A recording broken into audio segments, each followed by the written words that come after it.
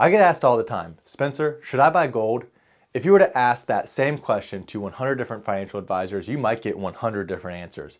In this video, I'll share with you some of the reasons or several reasons why some investors choose to add physical gold to their investment portfolios and several reasons why other investors choose not to. Ultimately, the decision on whether or not you want to add physical gold to your portfolio or not lies with you. I'm Spencer Ford, CEO and Wealth Advisor with Conservative Financial Solutions and a Certified Financial Planner Professional. Let's get into today's video.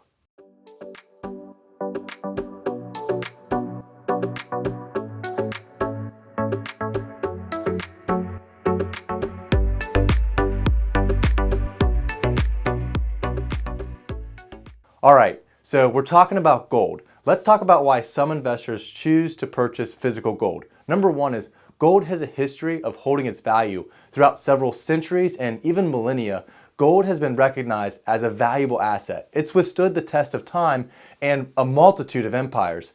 As a store of value, gold has often been used as a hedge against inflation and a weakening US dollar. Typically in periods in which the US dollar has fallen in value compared to other currencies, people have shifted to gold, which causes the price of gold to rise. It's simply supply and demand economics. Now, number two is gold has been used as a diversification tool as it has historically had a somewhat negative correlation to stocks.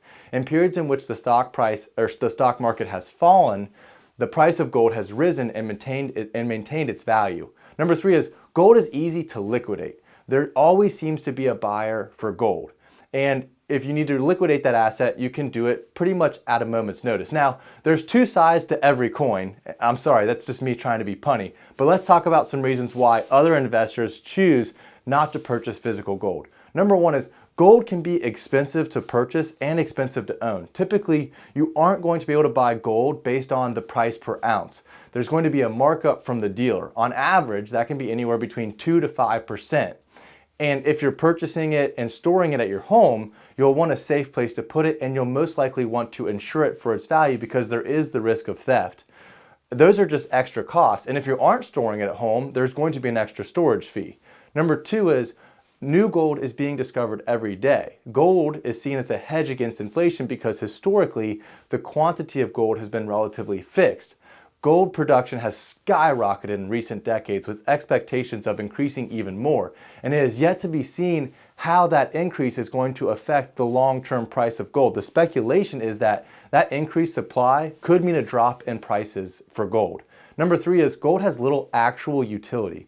Gold doesn't have many industrial uses. The price of gold is largely arbitrarily based on what people decide it's worth, and it often seems that worth is based on fear, hence the negative correlation we see to stocks that we discussed earlier. That's very different than owning shares of a business. The value of a company is often directly linked to its utility. What does that business produce in terms of a product? How is it benefiting the marketplace and how profitable is it?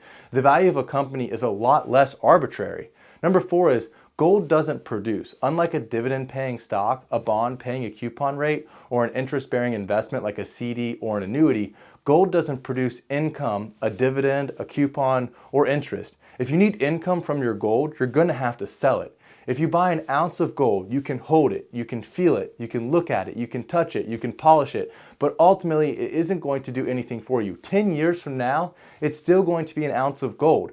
But if you buy a rental house and you keep it for 10 years, at the end of 10 years, yeah, you're still likely to have a house, and that's most likely to have appreciated in value, but all along the way you received a dividend in the form of rent. If you invest in the market in 10 years from now, you'll still own the asset, but it's most likely appreciated in value and historically at a better rate than gold. But you may have also collected dividends from that portfolio as well. Bonds, it's the same concept. Farmland, it's the same concept.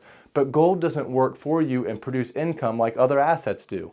The advantage to income producing assets is whether the market's up or the market's down, those assets still tend to produce the income and you aren't forced to sell them when you're at a loss. With gold, you don't have that option. In an interview on CNBC, Warren Buffett said, "They're right to be afraid of paper money," speaking of gold investors. Where they run from, that is where, in my view, they make the mistake. And I agree with that. There's no arguing that paper money has consistently lost its value or lost value over time due to inflation. But instead of running to gold, history has shown us that there may be better assets to invest in that are going to provide the potential for better returns and provide more potential benefits than investing in gold. So, should you invest in gold? Like I mentioned at the beginning, ultimately, that is up for you to decide. I can't make a recommendation or advise. In part 2, we'll look at the historical performance of gold compared to some other assets to help broaden your knowledge of gold compared to other investments. I'm Spencer Ford, and if you enjoyed this video, please hit subscribe and ring that bell icon so you can be notified when the next video comes out. It helps our channel and we really appreciate it. I have a lot of fun putting these videos together, so thank you for watching and we'll see you in the next one.